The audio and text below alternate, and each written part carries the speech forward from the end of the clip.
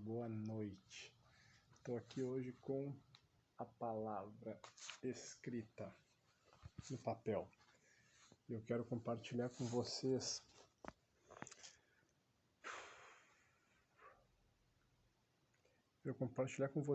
uma passagem do Antigo Testamento, certo? No livro de Isaías, que foi escrito cerca de 700 anos antes de Cristo.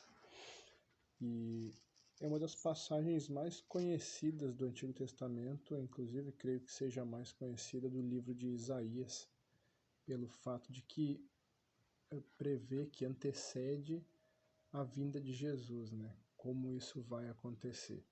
Quem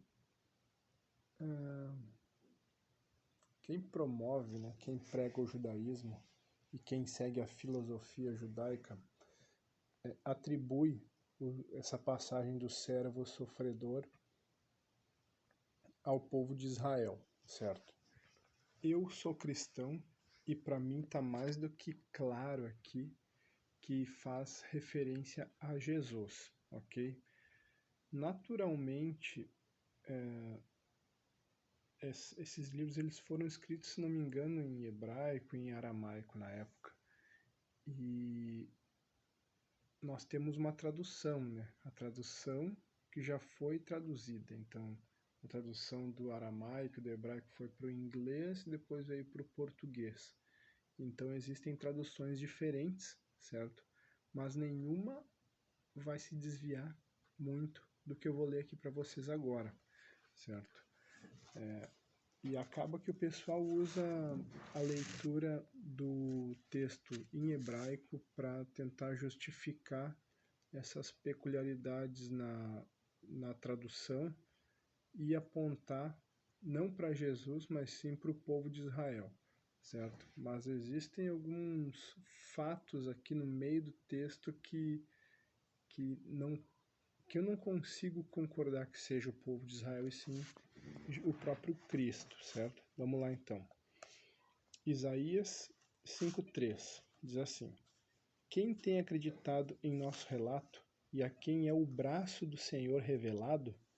Porque ele crescerá diante dele como um renovo e como uma raiz que sai de um chão seco. Ele não tem aparência nem beleza. E quando nós viermos a vê-lo, não haverá beleza para que nós devamos desejá-lo. Ou seja, está falando claramente de um indivíduo, né? Desejar no sentido sexual, no sentido de desejo carnal. Então, é um indivíduo que não terá beleza, não será, pelo menos para o conceito da época ou desses povos da época, um indivíduo que tenha beleza natural, certo? Ele é desprezado e rejeitado dentre os homens. Ele, né? Um homem de dores e familiarizado com a tristeza. Né? Então, ele, um homem, aqui já diz, certo? E nós escondemos dele nossas faces igualmente. Ele foi desprezado e nós o tivemos por nada. Não parece com a história de alguém isso aqui, ó? Certamente ele tem carregado nossas tristezas e levado nossas dores. Contudo, nós o consideramos atingido, ferido de Deus e afligido. Porém, ele foi ferido por nossas transgressões. Quem é que levou os pecados do mundo consigo, né? Quem foi ferido por nossas transgressões, nossos pecados? Ele foi esmagado por nossas iniquidades. O castigo de nossa paz estava sobre ele, e pelos açoites que o feriram, nós somos curados. Todos nós, como ovelhas, temos nos desviado. Nós temos nos afastado, cada um para o seu próprio caminho, e o Senhor tem posto sobre ele a iniquidade de todos nós. Ou seja, nós estamos cada um escolhendo um caminho próprio a seguir, né? Que é um caminho que diverge do que Deus busca para a gente, do que Deus deseja para a gente. Então, né, criando religiões diferentes que acabam nos separando, polarização em diversas frentes aí, né, seja sexual, seja política, seja religiosa, como eu já citei, para nos afastarmos uns dos outros e também nos afastarmos do Senhor, certo? Então, continuando aqui, ó, ele foi oprimido e ele foi afligido, contudo, ele não abriu sua boca. Vocês devem lembrar quando Jesus estava sendo açoitado, carregando a cruz e sendo humilhado pelos soldados romanos, né, após ser crucificado, cuspindo na face dele, fazendo chacota, brincadeiras, e ele não proferiu uma palavra para esses indivíduos, a não ser para Deus, pedindo, né, para Deus que viesse a perdoar aqueles homens, porque eles não sabiam o que estavam fazendo. Então aqui ele diz, ele não abriu a sua boca, né, como uma ovelha muda perante seus tosqueadores. Quem eram os tosqueadores? Os romanos, os soldados que na realidade eu entendo um pouco diferente isso, né? Eu entendo que Jesus não foi capturado, mas sim se entregou para que fossem cumpridas todas essas coisas que foram ditas aqui em Isaías há mais de 700 anos antes da vinda do Messias. Então é muito revelador para mim essa passagem e confirma totalmente, e eu não tenho dúvida nenhuma, de que Jesus é sim o Salvador da humanidade, né? Imagina só, ele foi levado desde a prisão, desde o julgamento, e quem manifestará seus descendentes? Porque ele foi cortado da terra dos viventes. Pela transgressão do meu povo ele foi chagado.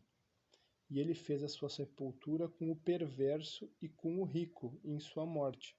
Ou seja, ele foi morto junto com ladrões, certo? E a sepultura dele foi de José de Arimateia, que era um homem muito rico e que tinha Jesus como o mestre dele. Então, o túmulo que era destinado a José de Arimateia, né, que era um homem muito rico de muitas posses, ele acabou solicitando que Jesus fosse enterrado lá. Então, era o túmulo que José ia utilizar para si, o túmulo dele, que era muito caro na época, enfim, um túmulo próprio, assim, e ele acabou cedendo para que Jesus fosse sepultado lá. No entanto, ele teve que pedir autorização, né? E olha só, aqui fala o seguinte: